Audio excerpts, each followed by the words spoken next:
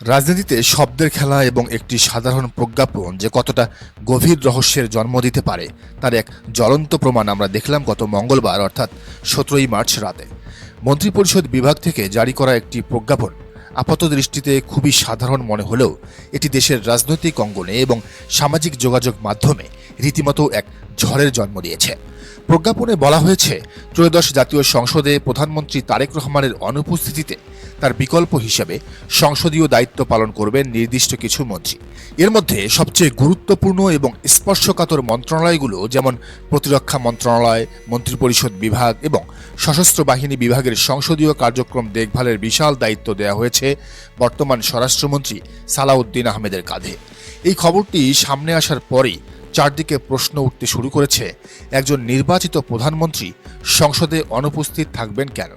আর তার এই অনুপস্থিতি বলতে আসলে কি বোঝানো হচ্ছে? সাবেক সংসদ সদস্য গোলাম মোল্লা রনি এই বিষয়টি নিয়ে যে তীক্ষ্ণ মন্তব্য করেছেন তা অনেকেরই মনের কথার প্রতিধ্বনি। তিনি অত্যন্ত বিস্ময়ের সাথে বলেছেন, প্রধানমন্ত্রীর অনুপস্থিতি বলতে কি বোঝায়? What do you mean by prime minister's absence?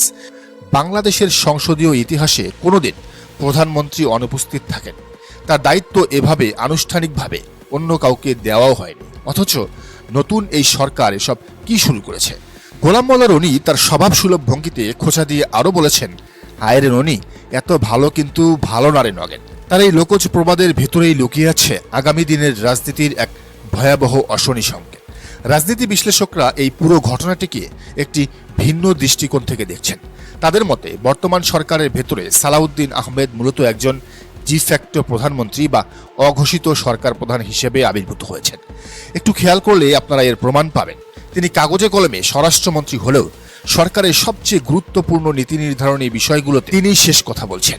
এই যে জুলাই জাতীয় সনদ এবং গণভোট নিয়ে এত বড় আইনি বিতর্ক চলছে, যা মূলত আইন মন্ত্রণালয়ের এখতিয়ারভুক্ত বিষয়, সেখানেও সরকারের হয়ে মূল বয়ানটি দিচ্ছেন এই সালাউদ্দিন আহমেদ। পরিষদের যে শপথ নেয়ার কথা, সেই শপথ না নেওয়ার পেছনে যে কারিগর, তিনিও কিন্তু এই সালাউদ্দিন আহমেদ। তাকে দেখলেই মনে হয় তিনি এখন আইন, তিনি এখন স্বরাষ্ট্র এবং তিনি এখন সরকারের অলিখিত নীতি নির্ধারক। অবশ্য সালাউদ্দিন আহমেদ এই অসীম ক্ষমতা এবং দায়িত্বগুলো এমনি এমনি বা কেবল কারো দয়ায় পাননি। তার রাজনৈতিক এবং প্রশাসনিক প্রোফাইল অত্যন্ত ভারী। তিনি একজন সাবেক বিসিএস ক্যাডার আমলা, সাবেক প্রতিমন্ত্রী এবং অত্যন্ত ঝানু একজন রাজনীতিবিদ। শুধু তাই নয়, আইনাঙ্গনে এবং সংবিধানের মারপ্যাচেও তার মেধার বিশাল দখল রয়েছে। কিন্তু আজ সবচেয়ে বড় এবং ভয়ের প্রশ্নটি হলো, তার এই অসামান্য মেধা, প্রশাসনিক দক্ষতা এবং বর্তমান এই অসীম ক্ষমতা তিনি আসলে কার পক্ষে ব্যবহার করছেন? তিনি কি জনগণের পক্ষে কাজ করছেন, নাকি জনগণের আকাঙ্ক্ষার বিপক্ষে দাঁড়িয়ে সিস্টেমকে ম্যানিপুলেট করছেন? এই প্রশ্নটি আরও জোরালোভাবে সামনে এসেছে গণভোট ইস্যুটিতে তার সাম্প্রতিক ভূমিকার কারণে। যে জুলাই সনদের পক্ষে দেশের প্রায় 70% মানুষ হাঁ ভোট দিয়ে নিজেদের রায় স্পষ্ট করেছে, সেই বিশাল জনমতের বিরুদ্ধে গিয়ে তিনি যেভাবে আইনি মারপ্যাচে পুরো বিষয়টিকে আটকে দেওয়ার বা সরকারের পক্ষে সাফাই গাওয়ার চেষ্টা করছেন, তাতে তার মেধার প্রয়োগ নিয়ে জনমনের চরম হতাশার তৈরি হয়েছে। একজন সাবেক আমলা এবং ঝানু রাজনীতিক হিসেবে তিনি হয়তো জানেন কিভাবে রাষ্ট্রের কলকাঠি নাড়তে হয়, কিন্তু 5ই আগস্টের রক্তস্নাত নতুন বাংলাদেশে দাঁড়িয়ে 70% মানুষের ম্যান্ডেটকে বিদ্যাঙ্গুলি দেখানোটা কতটা যে বুমেরাং হতে পারে, সেটা হয়তো তিনি বা তার দল ভুলে যাচ্ছেন। তারেক রহমানের অনুপস্থিতিতে তার এই ডিফ্যাক্টো উত্থান এবং ক্ষমতার এই নগ্ন কেন্দ্রীকরণ আগামী দিনে সরকারকে এবং দেশকে কোন খাদের কিনারায় নিয়ে দাঁড় করায়, সেটাই এখন বড় দুশ্চিন্তার বিষয়। ক্ষমতার দম্ভ এবং ভিন্নমতের প্রতি চরম অসহিষ্ণুতা কিভাবে একটি রাজনৈতিক দলের রন্ধ্রে রন্ধ্রে প্রবেশ করেছে তা বুঝতে হলে সালাউদ্দিন আহমেদ ইস্যুতে ঘটে যাওয়া সাম্প্রতিক ঘটনাগুলোর দিকে একটু নজর দেওয়াই যথেষ্ট। একটু ভেবে দেখুন, এই তো কিছুদিন আগের কথা, যখন অন্তর্বর্তীকালীন সরকারের প্রধান নোবেলজয়ী অধ্যাপক ডক্টর মোহাম্মদ ইউনূসকে প্রকাশ্যে অশালীন ভাষায় গালিগালাজ করা হয়েছিল, তখন কিন্তু দেশে কাউকে তার চাকরি হারাতে হয়নি, গ্রেফতারও হতে হয়নি। অথচ আজ এই ছাত্র জনতার রক্তস্নাত নতুন বাংলাদেশে স্বরাষ্ট্রমন্ত্রী সালাউদ্দিন আহমেদের বেলায় আমরা কি দেখতে পাচ্ছি? অবিশ্বাস্য এবং চরম লজ্জাজনক হলেও সত্যি যে নিজের কম্পিউটারে স্বরাষ্ট্রমন্ত্রীর ছবি একটি অশালীন নামের ফোল্ডারে সেভ করে রাখার মতো ঠুনকো দেয় প্রথম আলোর মতো শীর্ষ সংবাদ মাধ্যমের একজন সাংবাদিককে চাকরি হারাতে হয়েছে।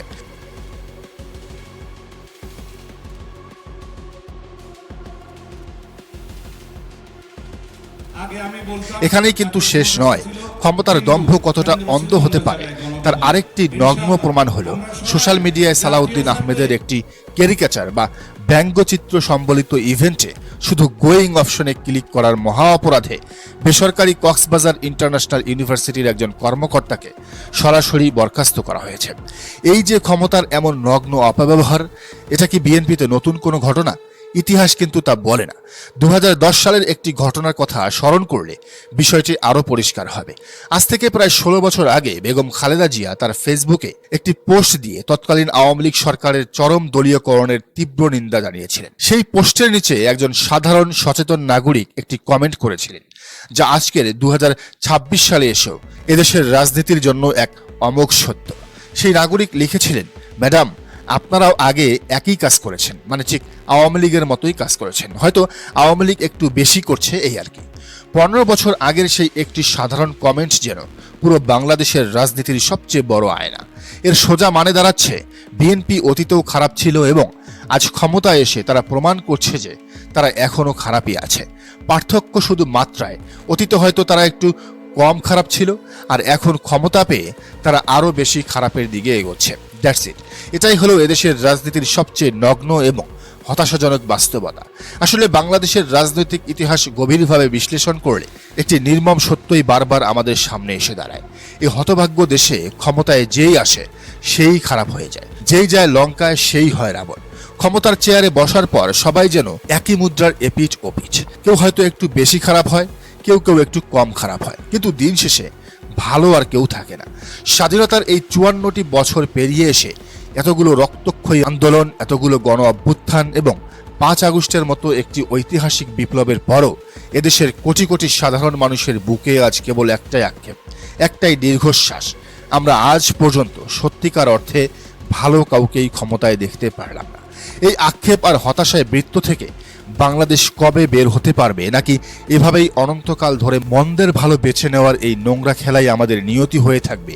এই কঠিন প্রশ্নটি আজ আপনাদের কাছে রেখে বিদায় নিচ্ছি। দর্শক, ভিডিওটি সম্পর্কে জানান আপনার মতামত এবং এই চ্যানেলে নতুন হলে অবশ্যই সাবস্ক্রাইব করে বেল আইকনটি বাজিয়ে রাখুন।